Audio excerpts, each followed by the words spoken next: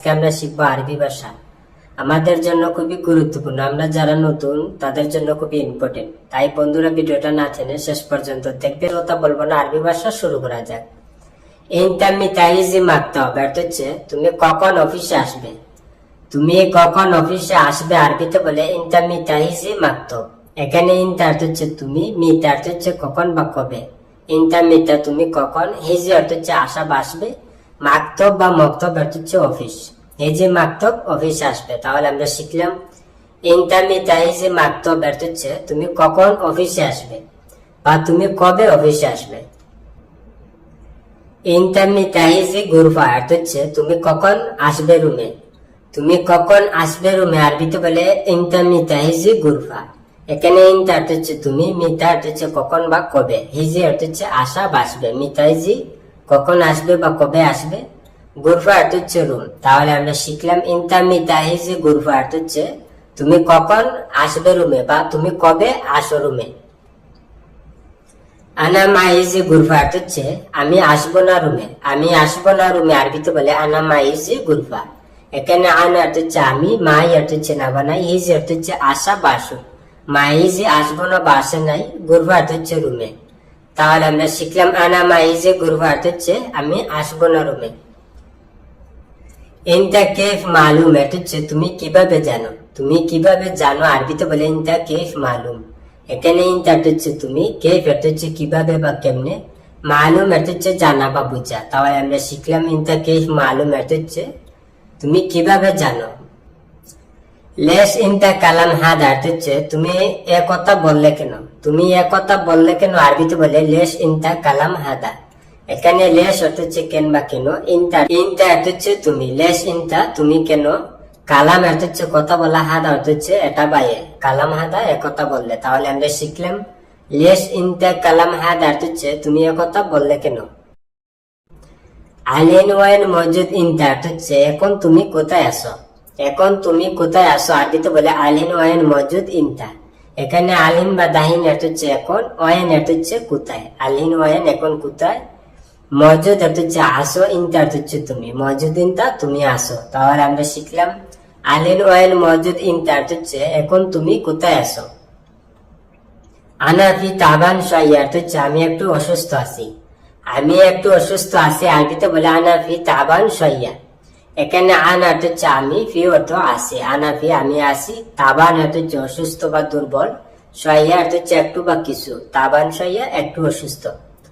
তাহলে আমরা শিখলাম আনাফি তাবান শাইয়া অর্থ হচ্ছে আমি একটু অসুস্থ আছি। আনা বিনুম শাইয়া অর্থ হচ্ছে আমি একটু ঘুমাতে চাই। আমি একটু ঘুমাতে চাই আরবিতে বলে আনা বিনুম শাইয়া।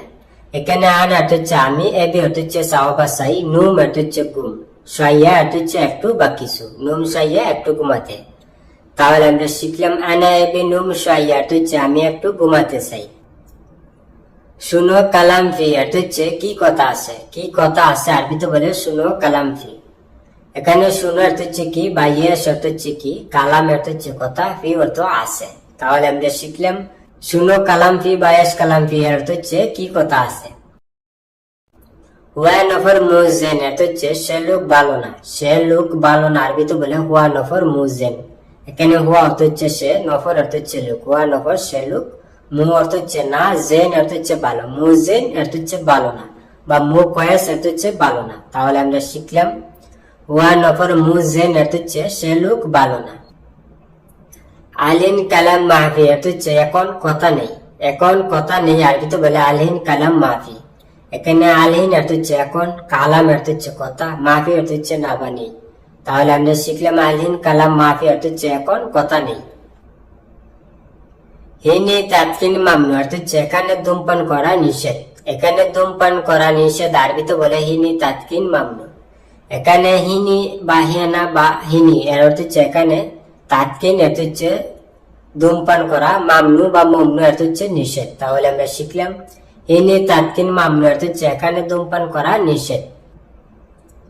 ইনতা জি পুলুস আলহিন অর্থ হচ্ছে তুমি এখন টাকা দাও। তুমি এখন টাকা দাও আরবিতে বলে ইনতা জি পুলুস আলহিন।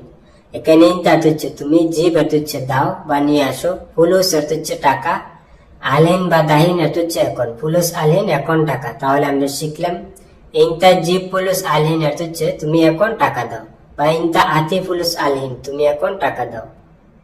ইনতা রু আলহিন তাল বাদিন অর্থ হচ্ছে তুমি এখন যাও পরে আসো, তুমি এখন যাও পরে আসো আরবিতে বলে ইনতা রু আলহিন তাল বাদিন। এখানে ইনতা অর্থ হচ্ছে তুমি, রু অর্থ হচ্ছে যাও বা যাও, ইনতা রু তুমি যাও, আলহিন অর্থ হচ্ছে এখন, তাল অর্থ হচ্ছে আসা বা আসুন, বাদিন অর্থ হচ্ছে পরে, তাল বাদিন পরে আসো। তাহলে আমরা শিখলাম ইনতা রু আলহিন তাল বাদিন অর্থ হচ্ছে তুমি এখন যাও পরে আসো। হিনা ওয়াজ্ঞহ মামনু অর্থ হচ্ছে এখানে দাঁড়ানো নিষেধ, এখানে দাঁড়ানো নিষেধ আরবিতে বলে হিনা ওয়াজ্ঞহ মামনু। এখানে হিনা অর্থ হচ্ছে এখানে, ওয়াজ্ঞহ অর্থ হচ্ছে দাঁড়ানো বা থামা, মামনু বা মমনু অর্থ হচ্ছে নিষেধ। তাহলে আমরা শিখলাম হিনা ওয়াজ্ঞহ মামনু অর্থ হচ্ছে এখানে দাঁড়ানো নিষেধ। আনা মাফি কয়েস অর্থ হচ্ছে আমি ভালো নেই, আমি ভালো নেই আরবিতে বলে আনা মাফি কয়েস। এখানে আনা অর্থ হচ্ছে আমি, মাফি অর্থ হচ্ছে না বা নেই, কয়েস অর্থ হচ্ছে ভালো, মাফি কয়েস ভালো নেই বা মুজে ভালো নেই।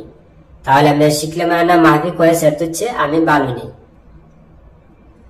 আনা ফি দৌর শুগুল অর্থ হচ্ছে আমি কাজ খুঁজতেছি, আমি কাজ খুঁজতেছি আরবিতে বলে আনা ফি দৌর শুগুল। এখানে আনা অর্থ হচ্ছে আমি, ফি অর্থ ফি দৌর অর্থ হচ্ছে খুঁজতেছি, শুগুল অর্থ হচ্ছে কাজ। তাহলে আমরা শিখলাম আনা ফি দৌর শুগুল অর্থ হচ্ছে আমি কাজ খুঁজতেছি। লাজিম সিদা এমসি অর্থ হচ্ছে অবশ্যই সোজা চলবে, অবশ্যই সোজা চলবে আরবিতে বলে লাজিম সিদা এমসি। এখানে লাজিম অর্থ হচ্ছে অবশ্যই, সিদা অর্থ হচ্ছে সোজা, এমসি অর্থ হচ্ছে চলা বা চলবে। তাহলে আমরা শিখলাম লাজিম সিদা এমসি অর্থ হচ্ছে অবশ্যই সোজা চলবে।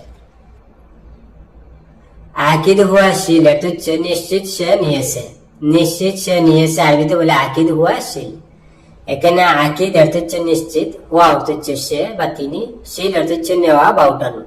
তাহলে আমরা শিখলাম আকিদ হুয়া শিল অর্থ হচ্ছে নিশ্চিত সে নিয়েছে। মুমকিন ফি হুয়া অর্থ হচ্ছে সম্ভবত আছে সে, সম্ভবত আছে সে আরবিতে বলে মুমকিন ফি হুয়া। এখানে মুমকিন অর্থ হচ্ছে সম্ভবত, ফি অর্থ আছে, হুয়া অর্থ হচ্ছে সে। তাহলে আমরা শিখলাম মুমকিন ফি হুয়া অর্থ হচ্ছে সম্ভবত আছে সে।